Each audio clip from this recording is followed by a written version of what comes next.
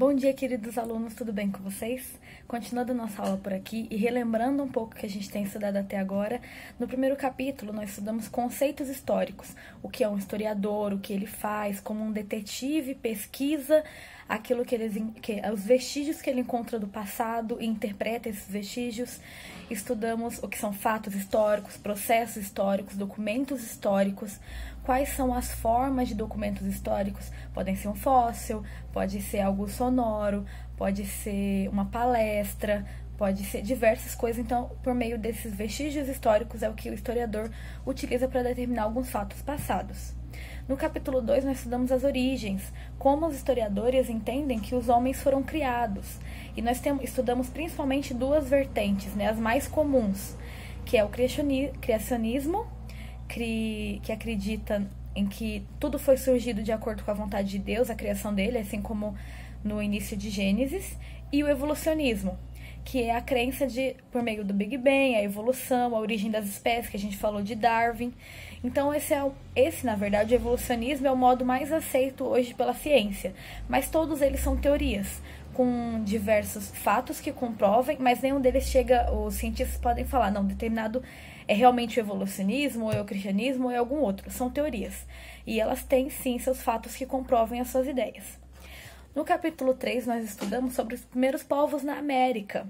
Como é que eles chegaram, principalmente na Era do Gelo, o Estreito de Bering. Nós estudamos a teoria de Clovis, como eles acreditavam, as pessoas que podem ter vindo, os grupos, que podem ter vindo para as Américas, principalmente os mongoloides e os negroides, e suas características físicas, do porquê que eles têm quais eram os traços e porquê que nós temos os traços que temos hoje. No capítulo 4, então, agora nós estamos entrando num novo período histórico, tá? Conforme o tempo, vocês vão ver que a escrita vai ser desenvolvida, e exatamente é nesse período que a gente vai estar estudando. Então, é um período de processo, e transição entre a pré-história e a antiguidade. Essa pré-história agora, ainda pré-história, nós estamos estudando a Mesopotâmia. A Mesopotâmia é uma região perto da Ásia, que fica principalmente entre dois rios, tá? Entre o rio Tigre e Eufrates. Esses rios, eles são muito importantes porque é por meio deles que as cidades e as civilizações vão se desenvolvendo. Como nós falamos antes, pequenos clãs, nômades, agora vão se sedentarizar próximo a rios, criando umas comunidades maiores, porque eles podem plantar por meio do desenvolvimento da agricultura, tá? Então, isso vai tornando, aos poucos, vilas para desenvolver cidades. As primeiras cidades que nós estamos estudando agora são os sumérios.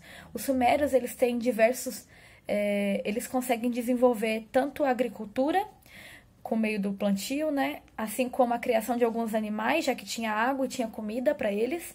A cidade cresceu muito por ter essa região próxima à água, também porque eles construíam diques e represas. Então, em regiões que não tinham tanta água, eles conseguiam manipular o rio para que crescesse a área fértil de plantio.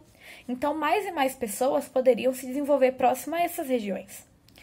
Com o passar do tempo, nós vamos estudar ao longo dos dias, vocês vão descobrir também, se vocês lerem o capítulo, leiam o capítulo 4, vai ajudar bastante a entender alguns conceitos, também a responder algumas questões que eu pedi no questionário, no REP de vocês, no estudo dirigido.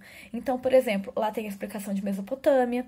Conforme a estrutura da cidade vai crescendo e se desenvolvendo, o número de habitantes vai aumentando, começa um novo processo que não mais de clãs, mas agora com uma estratificação social. E o que é uma estratificação social? Basicamente, é o nome que é dado para os grupos que vão se formando, grupos de hierarquia social mesmo. Então, tem aquele que é o líder, pode ser o rei, pode ser o chefe do clã, pode ser diversos... depende da nomenclatura que é dada, mas para baixo vão ter... Depende do período, Então, nós temos diversos tipos de estratificação social. Pode ter o camponês, pode ter o guerreiro, pode ter a pessoa que constrói alguma coisa, como os diques, pode ter as pessoas que vão caçar ainda. E assim, quanto mais pessoas, a estratificação social vai sendo maior e melhor desenvolvida ao longo dos anos, tá bom? Um outro fator importante que vocês precisam entender é a agricultura. Vai crescendo tanto que, conforme essa agricultura vai crescendo, os povos vão desenvolvendo também o comércio. Comercializando o que eu tenho e você não tem, a gente comercializa, a gente troca. Não precisa ser em dinheiro, não. Pode ser só um escambo mesmo, uma troca entre os dois, porque assim facilita que eu tenha coisas que você que eu não produzo, mas que você produz e assim vai. Então, por meio disso, vai surgindo também o comércio. E ao surgir o comércio, também desenvolve-se a escrita. Porque é para fazer registros de todo esse comércio que as primeiras escritas vão sendo criadas. Elas não são todas iguais desde o início. Cada uma delas vão ter estruturas diferentes, símbolos diferentes, simbologias diferentes. Algumas símbolos vão representar frases, como vai ser no egípcio. Outras vão ser apenas letras, sem vogais.